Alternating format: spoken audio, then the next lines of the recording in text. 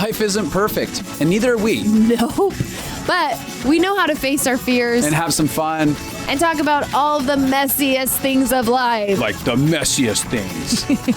Get connected to yourself, get connected to others, and get connected to the life right in front of you.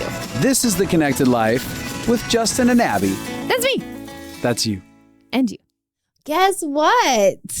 It's story time with Justin and Abby. Oh. What? What were you going to say? Well, I was going to say we started school today. No, I was going to say that. You were?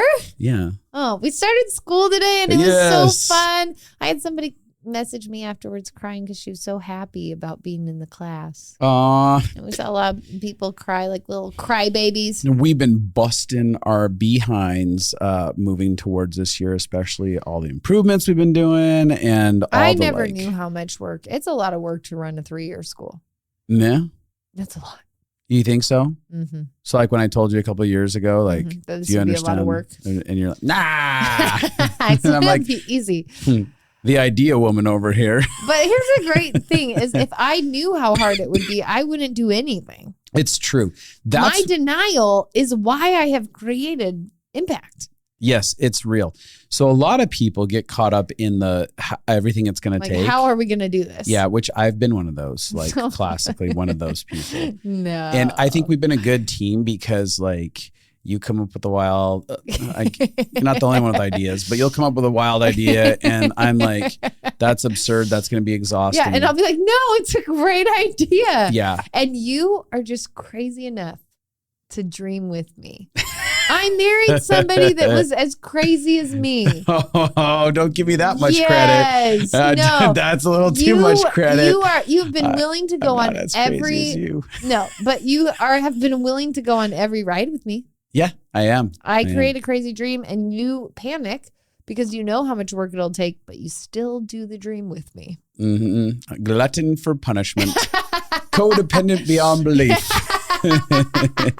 And convinced that if I don't get involved, it will all turn into a train wreck anyway. So I might as well get involved. That might be true. But yeah, it was a successful first day of launch. What was your story?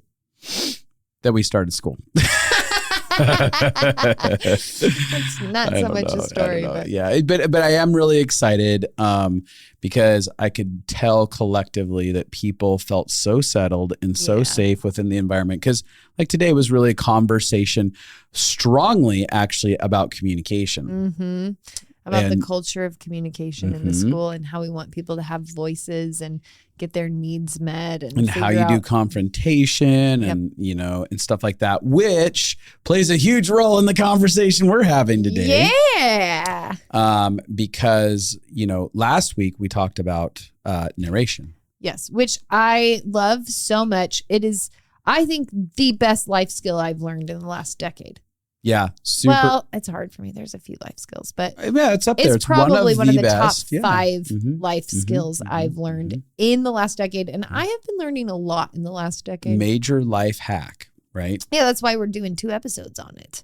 Yeah, because we want to go deeper into like understanding how to narrate and stuff like that. And again, like today was a conversation in school, like as so many people you could see had relief when they felt like there was a clear structure on how they could communicate and the rules to communication. So when we begin to instigate or initiate like structure within our communication styles, in our cultures, in our families, in our relationships, it actually really brings a lot of relief when everyone knows like, hey, this is the page that we're on. This is how we communicate. And when we create a style of communication that isn't centered around like villainization and victimization and blame and accusation and attack, but really a conversation that initiates with, let me tell you about my inner world. It like brings so much calm because everyone goes, oh, we're not at war here. Yeah. Because so many people historically, classically, like when it came to confrontation, it meant that guns were being pulled out. Totally. And people were going to the battlefield to have it out. And the last person standing is the winner, period, at the end of the day. Well, and I was just talking to a friend of mine who was going through conflict with her significant other. And you could tell she was just depleted. She was like, I hate conflict. I just want to go take a nap. It makes me so tired. And I was like, well, tell me about like what conflict was like in your house. And basically when she was growing up, there was a lot of conflict, but no repair, no resolve. So it was just like people yelling at each other, people getting their feelings hurt, it feeling horrible, but people then going silent on each other. Yes, but then nothing ever got sorted. And so I was like, well, have you ever learned skills for conflict, or do you have any core values for conflict? And she was like, no. And I was like, well, of course it feels overwhelming and terrifying because you don't have any rules. Yeah. You don't have a pathway to know what to do. And that feels scary. And a lot of people I didn't grow up watching conflict that was healthy. Yeah. I never saw it modeled for me. And so actually learning it can feel overwhelming, but it's one of the best life things you can do is to spend time. You will have conflict the rest of your life. You'll have it with your spouse. You'll have it with your parents. You'll have it with your kids. You'll have it with their teachers. You'll have it in your job, your workplace. You'll have it with your neighbors. Like there's nowhere in life that you'll go where you can completely escape all conflict. So you might as well figure out how to do it well. Yeah. And spend the time to actually learn. And what it's done for me is now, instead of conflict traumatizing me all the time, every time I have conflict, I think I get to learn and practice and implement new things. Yeah. Now, I don't know. Did you have something you wanted to say? Yeah, I did. Okay. I wanted to jump in there just real quick. When someone doesn't have the tools for conflict, and they beat up on themselves and stuff, I would liken it to the idea of you walk up to somebody and you tell them, hey, I need you to build a house. Totally. And they're like, or put together a car. Yeah. And they're like, I don't even know what tool. I can't even change my tire. I've never opened a toolbox. I don't have any of that. And then the idea that you should be, just because so when it comes to conflict and stuff, we feel like we should be able to do this thing because we're human and we have words that come out of our mouth. Uh-huh. And so, and people judge people like, oh, they're just a toxic person if they don't know how to do conflict, or, oh, they just are immature, or we often judge people without there being where are people learning how to do conflict? Oh, totally. And where are they learning to do communication? And who sets the standard of what healthy communication is? And so that's something that you have to go on a treasure hunt almost, and an explorative journey to look and discover, okay, what are actual healthy tools? How would I define what's healthy? What's the result of, because I know that there are certain ways that I've communicated in the past that the result is disaster. People are angry and deeply sad, and they're more frustrated than ever before. And I can go, okay, there's something that happened there. Yep. That didn't work well. It didn't yield any happy results. Yeah. So I know that something in it didn't have a holistic, healthy approach to it. And so the process by elimination, at the end of the day, if you can see that people don't actually want to do conflict with you anymore, when you do communication and conversations, they always end disastrous. At the end of the day, you can go, okay, what... I might be the common denominator somewhere within this in the way that my style is. What are the things that seem to be the trigger points that set everyone universally off around me? And how do I, by process of elimination, start taking certain actions and certain things out of my vocabulary, out of my communication style? And at the end of the day, humble ourselves. Let me just say that. Hey, I got bad results. I don't have all the answers. Yes. It's okay. It's okay for me to be on Let's learning. just own that. Let's just own that we have to learn. Something I owned is I have to relearn a lot of things that I wasn't taught as a kid. Yeah. Yeah. Maybe this should be a fundamental human skill, but it wasn't when I was taught. So it's okay. I've just accepted that about myself. It's fine. And it might take me 10 more years to learn how to do conflict well. I'm growing in it and I will be better at it. Yeah. I remember years ago, there was this communication, I don't know, book, CD set, something like that, called Brave Communication. I never listened to it, but I suggested lots of people listen to it. One of the things it talked about was using I language. And I heard that a lot. Like I've heard a lot in conflict, don't use you language, use I language. That really meant nothing to me. Yeah.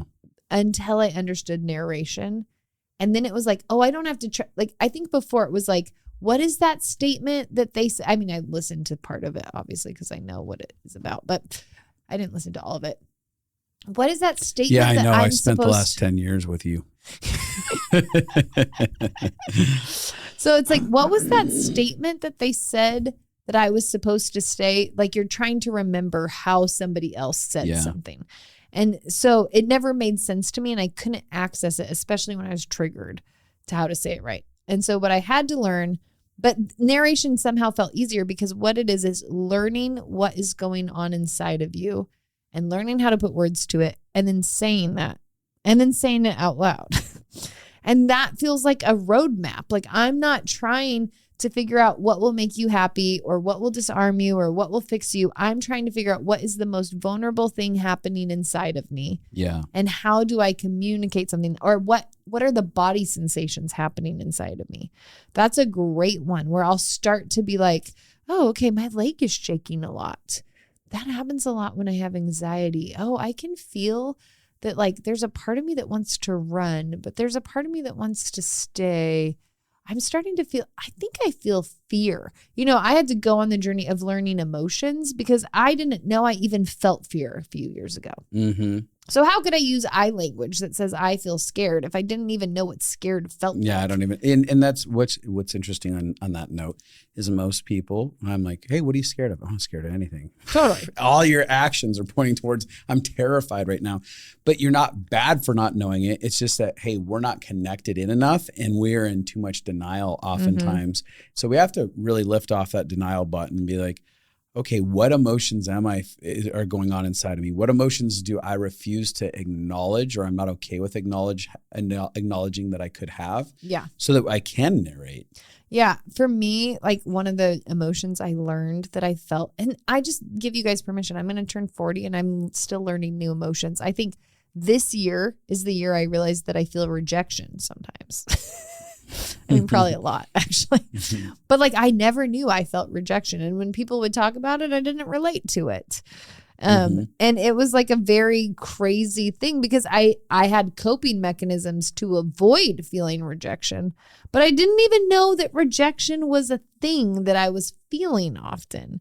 And so the first thing was like actually naming it, and it's my intolerable emotion. So I never wanted to name it and I never wanted to say it. And the first few times that I had to say out loud to a friend, I'm feeling rejected, I thought I was going to die. Like I literally thought my body was going to explode because I had so much disdain and contempt for rejection. That emotion. Wow. I saw so much of that in my parents' world. My mom struggled with that so much. And there was such a like, I will never be like that. Yeah. And I think we all do this, whether it's anger, you had an angry parent and you're like, I will never be like that. Sadness, or it's depression. You're like, I will never be depressed. Anxiety. Like whatever it is, we all have the things that we think we're allowed to feel and the things that we want to avoid at all costs. So I had to learn that I felt rejection. Now, rejection is a vulnerable emotion, just like embarrassed or ashamed or hurt or sad or scared. All of those are the vulnerable feelings. Yeah. And we always think that if we share something vulnerably, that it opens us up to be rejected. Mm-hmm. The truth is, most of the time, if you share something that is part of the human experience, people can somehow relate or find a little bit more softness or, but also I don't do it for other people. I do it because it's a way that I can let out steam and it helps my brain, helps the blood flow come back into your prefrontal cortex, which is where you want it. So I will say something like, I'm feeling rejected right now. Or I might narrate even more than that and be like, I'm having some feelings and I am scared to even tell you what they are because I have so much shame about the feelings I'm having. Yeah, it was a great start. It's just narrating. I'm just narrating what's happening in me. Or like, I'll often do this. Like, I need to own that I have this feeling, but I have so much shame around the feeling that every part of me would rather get hit by a bus than say this out loud. Something like that, Yeah. I just share the context. And what that does is so like, let's say that I told you, hey, I'm feeling rejected, but you have no idea that just me saying that costs a lot. Yeah. You're just going to be like, oh, okay. You know what I mean? Like, Totally. oh, I'm sorry. Or like, it's not going to be a big deal to you. If I don't narrate and let you know, hey, I'm about to share something and it feels so hard for me to do. Which, let me add something to that. So a lot of times we don't give context for the things that we share. Mm-hmm. Oftentimes we don't even get to the like, I'm feeling rejected emotion. Totally. And people will talk almost parabolically or allegorically, or talk roundabout about something and be like, I was so vulnerable and I shared so much, and they were like, I had no idea what they even said. Like, what was the point of that conversation? Right? Yeah. Because if you're not narrating what's happening for you and you're just talking about external things, people don't know. I know that sometimes I've been part of a lot of experiences where people tell me a random story about something, and then you're like, what the hell was that story? Like, what was the point of that? But if you end up poking and prodding and doing a lot of investigation, you end up finding out something within that story was actually revealing something that they related to, and they didn't have a way to say like, yeah, the way that this guy felt sad in this story was me trying to say that I feel sad inside of life. Yeah.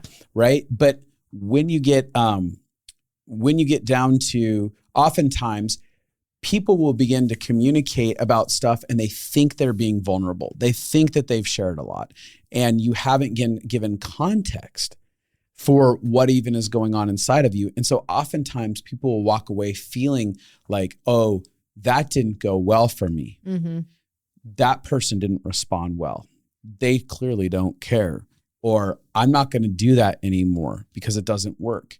But the problem is that we're not actually digging in and articulating enough. And oftentimes we lack the articulation because we feel like we're taking up too much time. Mm-hmm. We feel like we're a burden. Mm-hmm. We feel like we're too much. Mm-hmm. We feel like people don't want to hear it. Mm-hmm. Just those are a couple reasons. Or we don't want to be needy. But like, that's why I think this is why I love narration, because you can literally just say, hey, I want to share something that feels vulnerable, but I also want you to know I'm not needy right now. I want to share this, but I want you to know that and I don't have expectations on you having to do something or be something in this. Mm-hmm. I do that a lot with friends. I'll be like, hey, I'm having some huge emotions about this. I just want to share it because I want to be known, but I don't need you to fix it.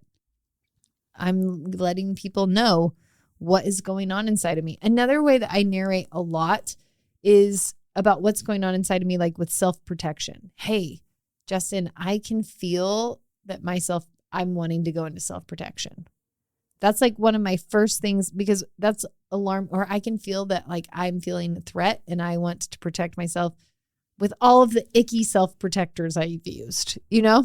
Mm-hmm. Like, again, what you're doing is, when you give language like that, it's just giving you a few inches between you and reaction. Yeah. So instead of me reacting out of my self-protectors, which is what most of us do, you say something that hurts my feelings, I react back, something to protect myself. Yeah. When I just slow it down enough to say what's happening, it again brings the blood in my brain back out of the trigger place. It gives me just a little bit of room between me and my emotions. It also lets you know what's happening. Yeah. You know? Yeah. I do want to share something that's fascinating. So we told you a couple months ago that we had all of our, a good portion of our school descend upon Redding, California. Yeah. And they came in and had their own like graduation end of the year party that we got involved with. It was so cool. Epic. It was epic. People like just wanted to be around each other. So they started their own weekend here in Redding.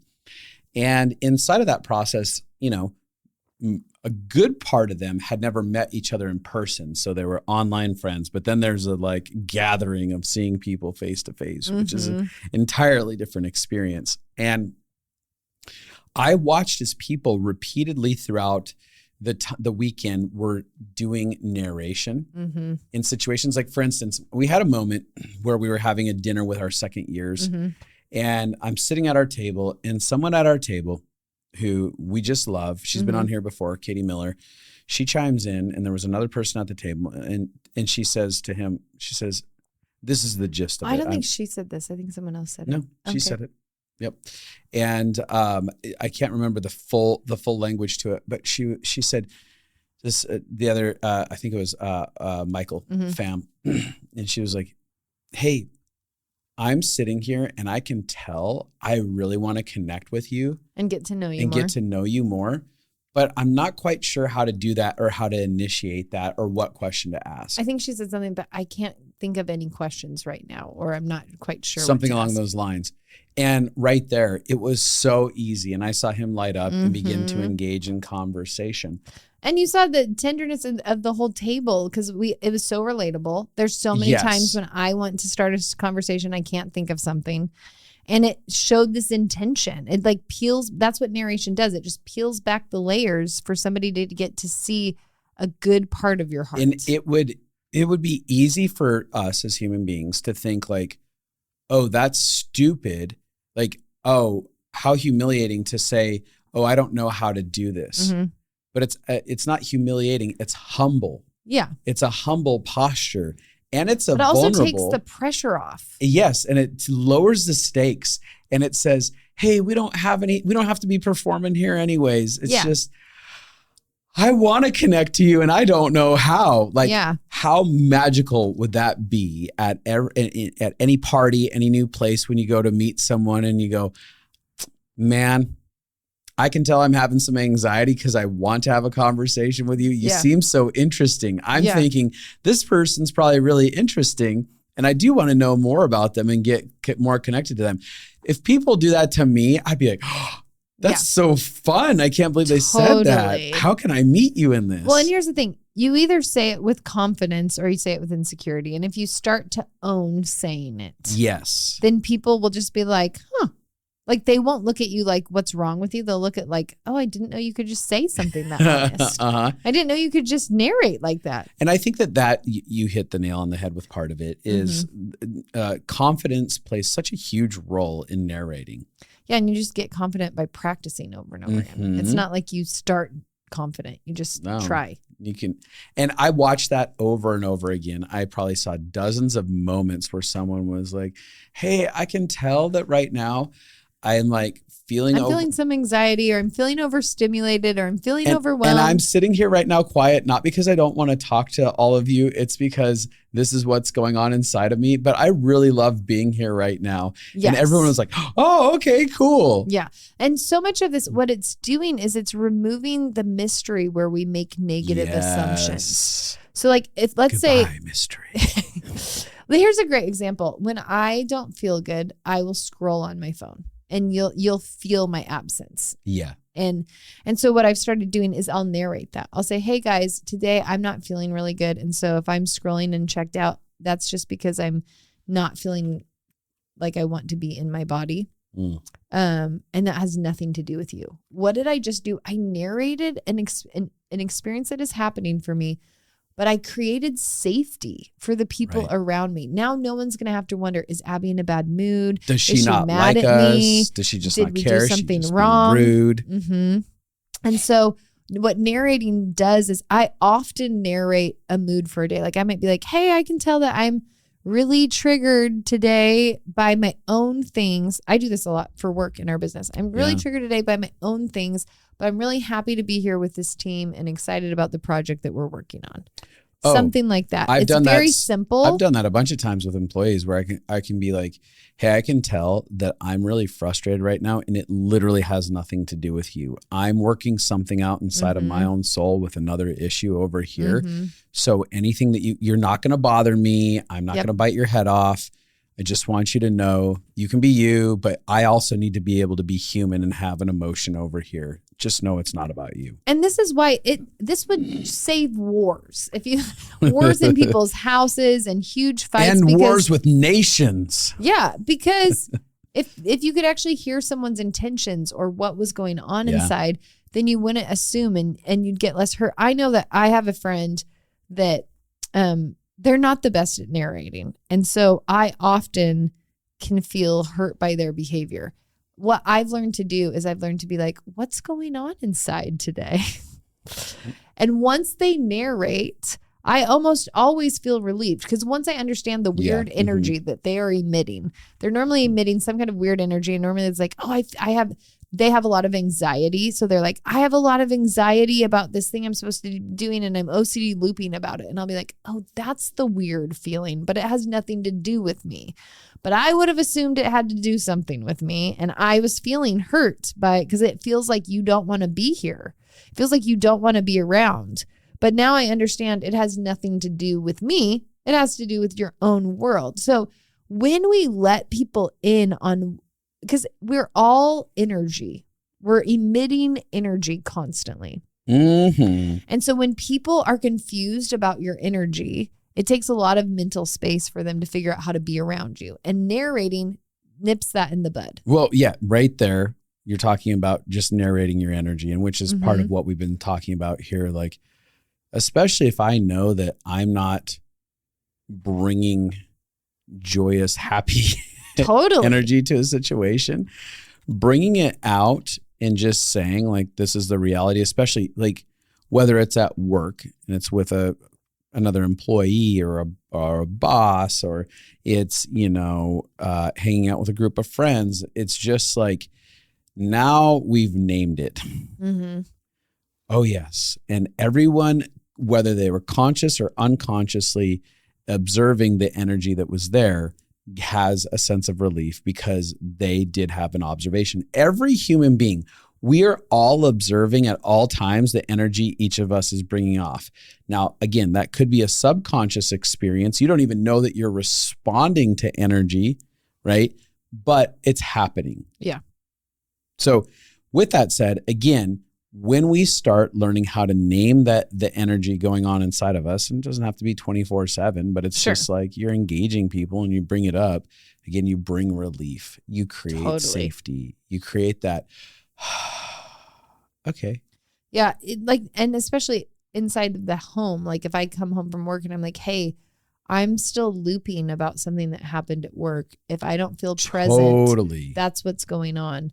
It gives some ability to have compassion and connection without you being hurt or me. Like the narration can be a bridge of connection when we don't have the capacity to connect. One of the things that I just gave the example of with Katie is she was declaring intention. So I can have a conversation about my energy. Then I can have a conversation about intention. And this is so helpful in fights or conflicts. Oh my gosh.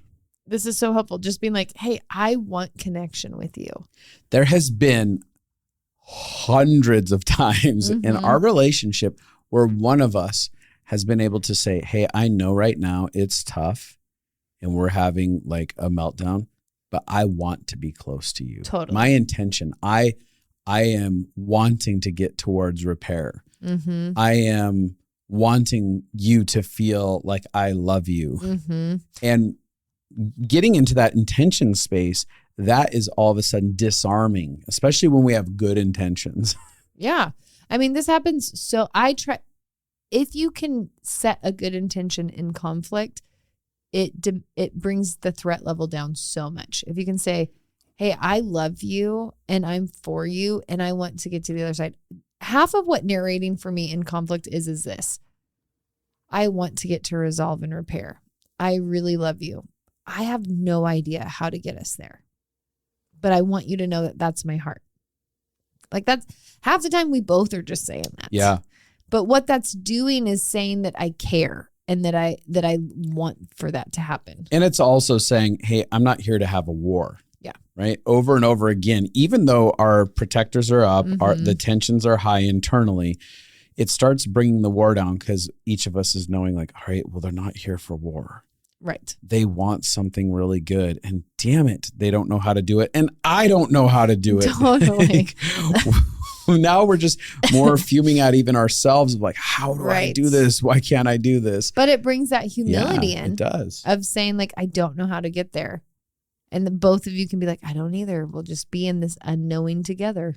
Yeah. I think this has really helped me with you when you've listened. Because in the past, I would share something. I think we mentioned this last week, but that felt really vulnerable, and then there'd just be silence. Yeah. And so now your intention, something that you'll say is, I really thank you so much for sharing. I really care about what you said. I feel a lot of compassion for you. I don't know what to say, but I feel that for you. Yeah. And I think this is basically what I've started to do is any awkward situation that I'm in, I just narrate. I was thinking the other day about, we went through layoffs at this company that I was working for. And I saw one of the people who'd been laid off right after it happened in a coffee shop. And I was like, what do I do? Like, do I ignore them and act like I didn't see them? Because that feels horrible. I'm running through in my mind what she would say later. Like, and then there was Abby and she just didn't even look at me. Like, she's better than, like, you're like playing that out. And then I'm like, but if I go up to her, what do I say? Because there's nothing I could say that is going to make this feel good for her. So I felt this like tension of like, I don't know what to do. So I was like, I'm just going to narrate. I'm just going to walk. So I walked up to her. I said, hi. And then I hugged her. And then I said, hey, I'm so sorry for what you're going through. I don't know what to say. I know this is awkward. I don't think there's anything I could say that could make this feel better for you. But I wanted to let you know that I saw you and that I care. Mm-hmm. Because that's all I could do. Now, she might still have judged me and thought that was so weird and so horrible that I did it. But it felt like giving me a power that I could do something. Mm-hmm. And it was like, I could do something. And it's better than nothing. And I'd rather that I intentionally gave what I had. And so I often, if I feel stuck with I don't know what to do or I don't know what to say, you can narrate that. Man, I don't know what to say. If somebody tells you a horrible thing that happened to them. Well, I was just going to say that I had a friend that told me about a major loss. There was a death that happened and I really didn't know what to do or anything in the moment. I said, look, I don't know what to do right now. And I don't know what to say. All I know is that I want you to feel as loved and supported as possible. Mm-hmm. And so right now I'm going to just sit here and I'm going to be quiet with you.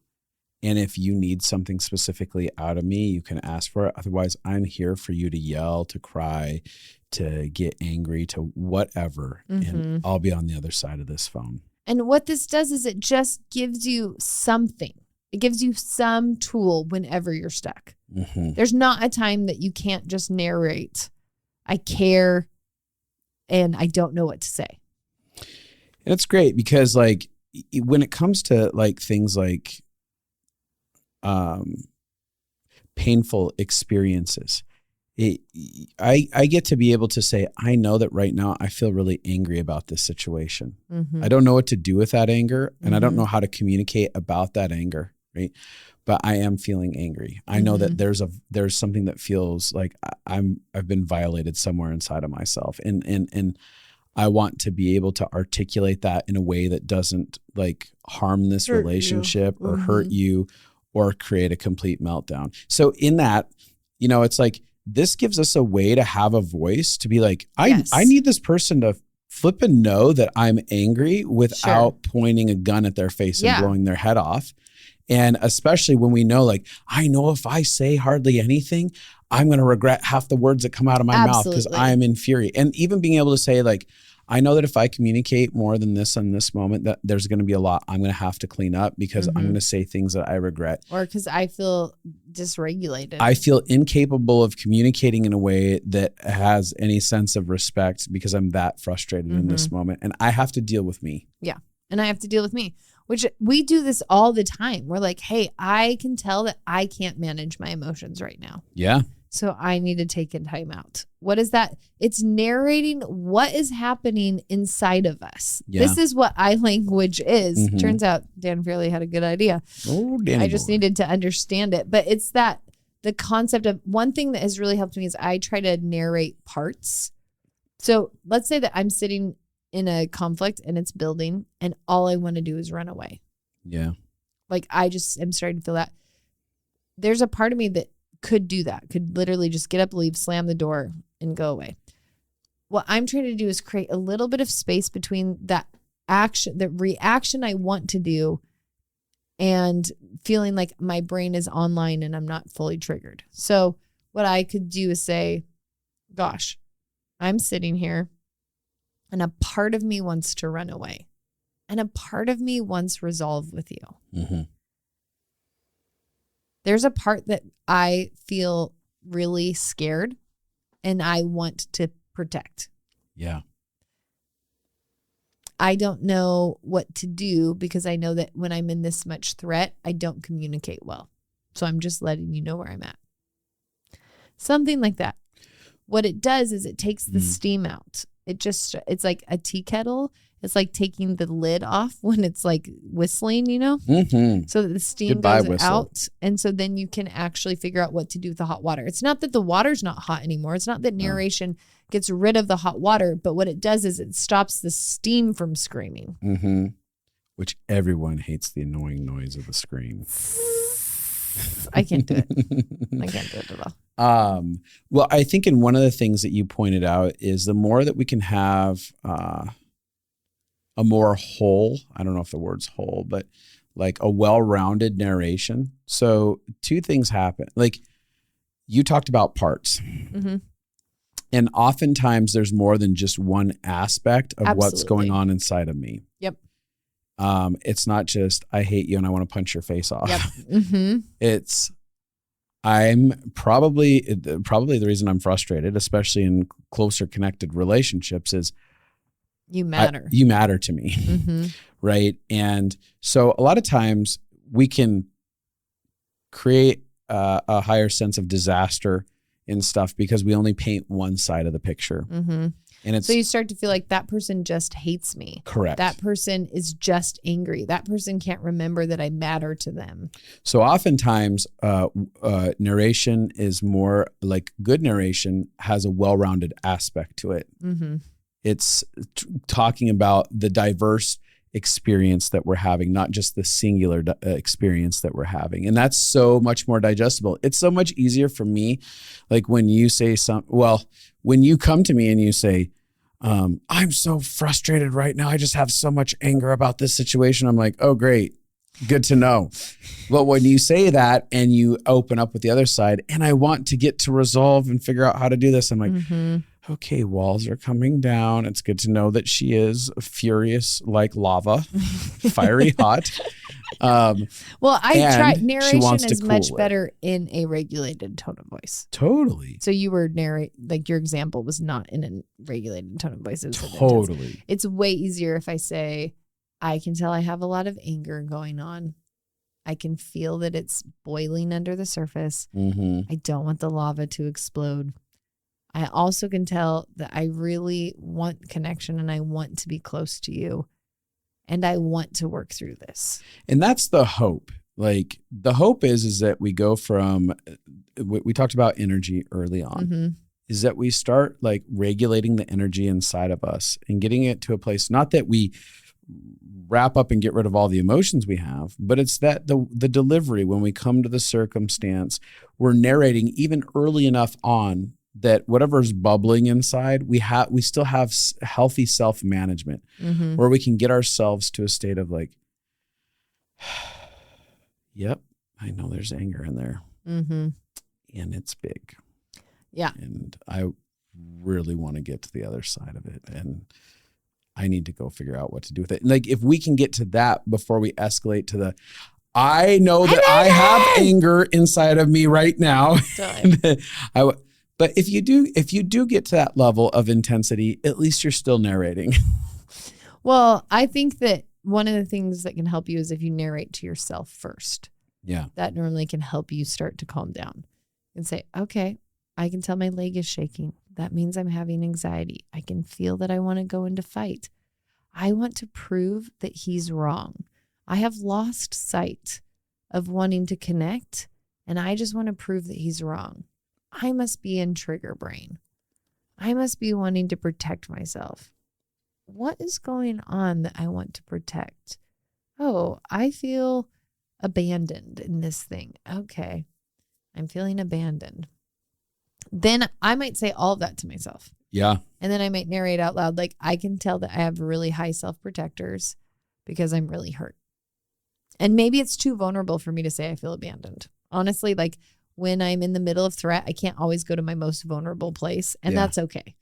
But like I can say I feel hurt, You know, I'm always looking for what is the vulnerable word that I can say. Yeah. Mm-hmm.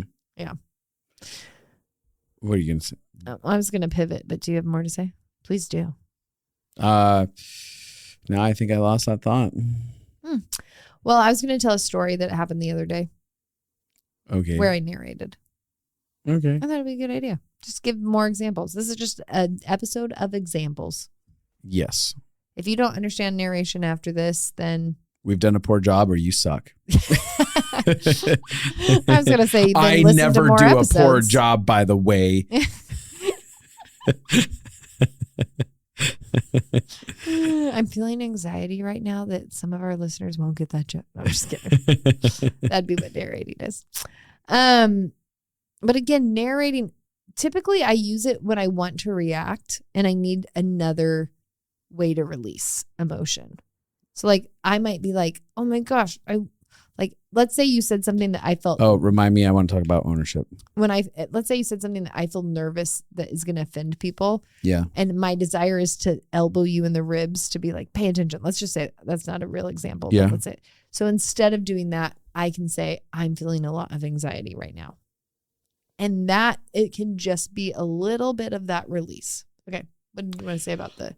Oh, well, when I narrate to myself, what I'm doing is I'm creating this fertile ground of personal ownership. And self-attunement and connection with yourself. Totally. Well, all those things, reparenting. all those things get birthed out of it as I take ownership. So the fertile ground of ownership, actually, all of a sudden, the things that grow out of it are the things that you just discussed there. And it also creates a lifestyle of ownership, because the more that I can start saying like, hey, this is what's going on inside of me, I start having ahas of like, oh, I have a thing inside of me of abandonment. This isn't just all this person's actions and what they're doing, though they're maybe playing levels of different roles inside of this. I can see I have some issues to work through. Mm-hmm. And it becomes potentially empowering in the sense that it may actually reveal stuff to me that I didn't see before that I then get to actually find myself working through to the other side of. Totally. Yep. It's very true. Yeah. It makes us own our reactions. It makes us own what's going on inside of us. It puts us back in the power seat, because it means we have something we can do in any given moment that we have power over. I had a meltdown with a friend, and it lasted. The problems that happened, I did not initiate the problems. They created a huge mess. And so I don't understand the story so far. So a friend created a mess with you. Yes. Okay. Yeah. And 2 years later, we came to cleaning up, resolving, processing that mess finally. And inside of it, one of the staples that was very powerful was narration.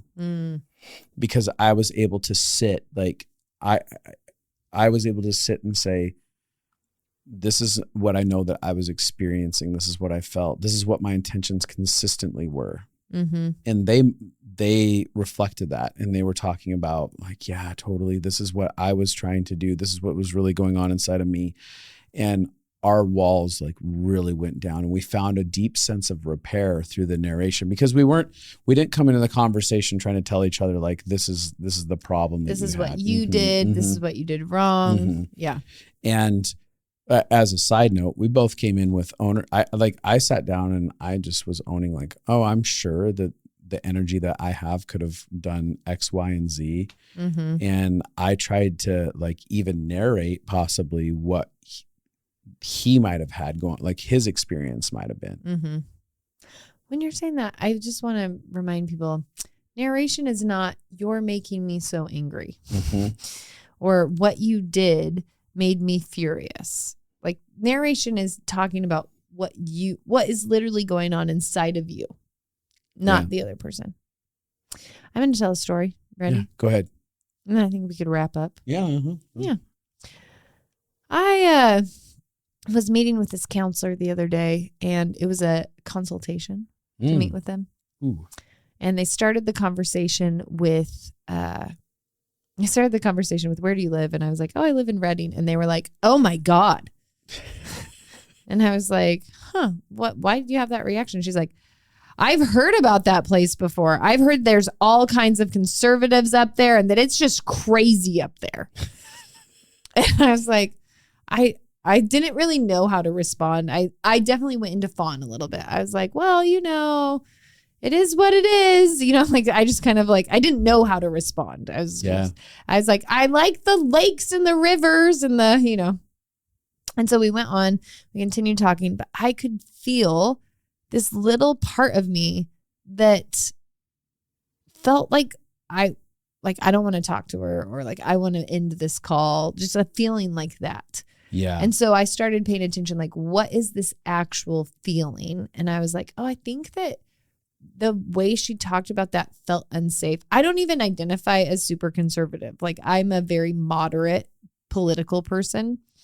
But when either side villainizes the other side, that's why I'm moderate, because I was like, I would like to get rid of villainizing each other.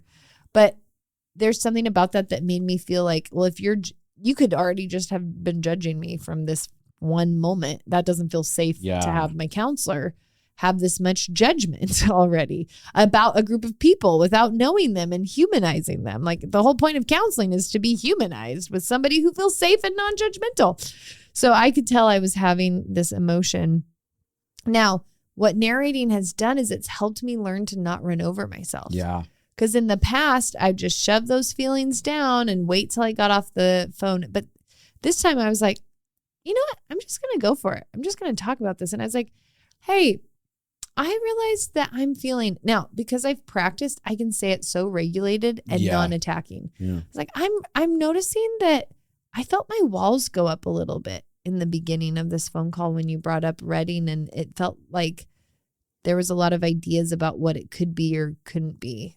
And I'm feeling scared that you would judge me based on that, whether or not I agree with it or not. And she just threw her head in her hand and was like, oh my gosh, I'm so sorry. I definitely made a wrong assumption, and I asked that question, and that would feel unsafe, and I'm so sorry. And she was so apologetic. But it felt so good to have a voice. And I didn't have to say anything. You didn't even have to get in a war. You didn't have to get aggressive. Nope. I didn't say anything about her behavior. I wasn't like, you're being judgmental. I said, I'm afraid that I'd be judged. So it was about me. It's about myself. Like I didn't say you asked the wrong question or you showed up. And that's where a lot of us go wrong. Which allows something to land much more and hit much harder. Yeah, which is going back to what you hate, violent or nonviolent communication. I didn't say anything that put her on the defense is what we would say it. Like my words weren't, you did wrong. Yeah. My words were, I'm noticing, I'm feeling. My walls want to go up. I'm feeling like I want to protect, and I'm feeling like I could be judged. That is so much safer to someone because I'm not villainizing them. I'm not talking poorly about them. But what it did is instantly my heart and soul have felt so good since that happened. Yeah. Like I felt so powerful because I noticed something happening and I said something. I stood up for myself. And so many of us haven't had a voice for ourselves.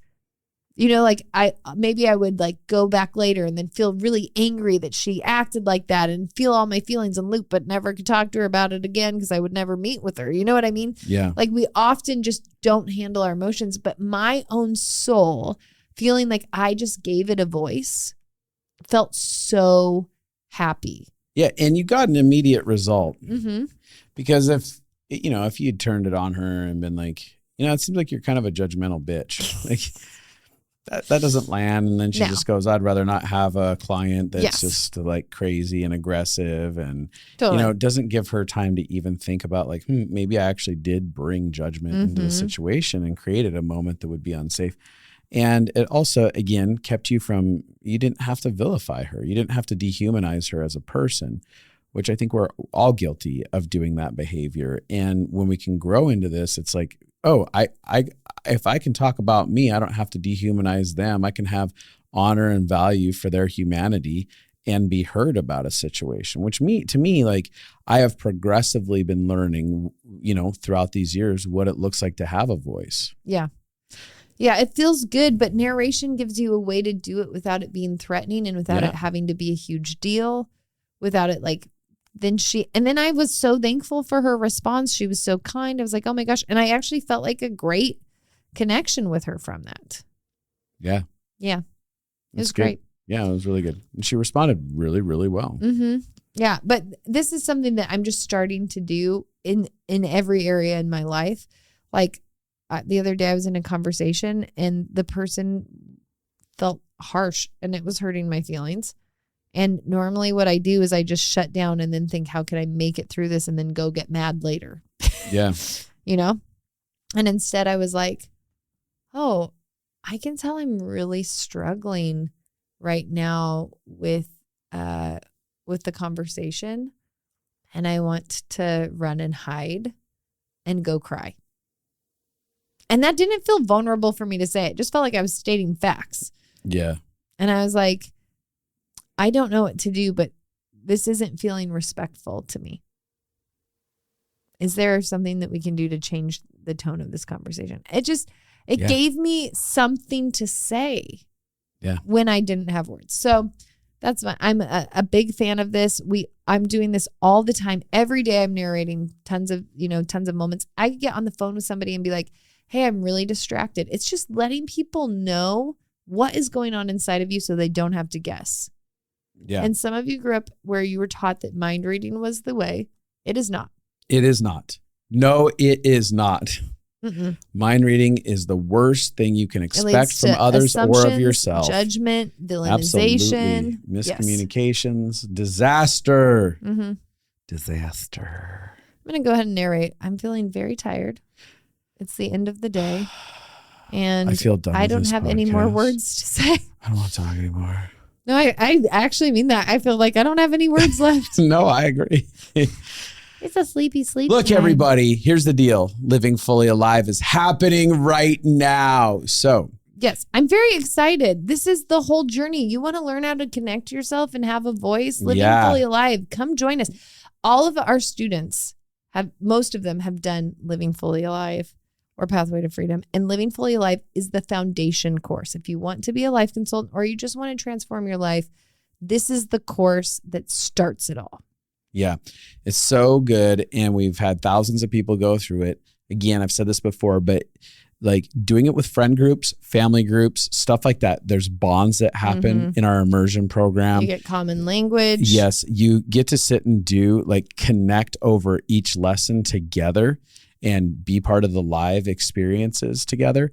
And you end up learning something about people in ways that you didn't know before. And it's just, we've seen amazing healings in marriages and friend groups and all that stuff. So go to Justin and Abi, that's abi.com for Living Fully Alive to sign up. Yeah, it starts in March. That way we figured right when you were at your lull in the year where you've given up on all your resolutions, you can have people love you and hold your hand Major together. Infusion of life. Awesomeness. Yeah. Here's a testimony.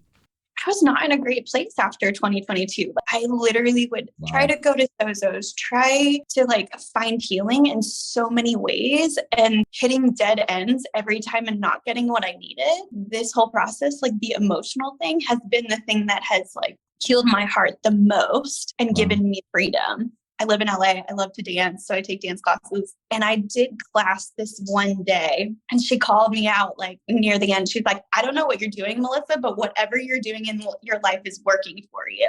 It literally transformed the way that I was dancing and moving. Wow. Thank you guys. And everybody in this community has been so amazing and so healing. Thank you.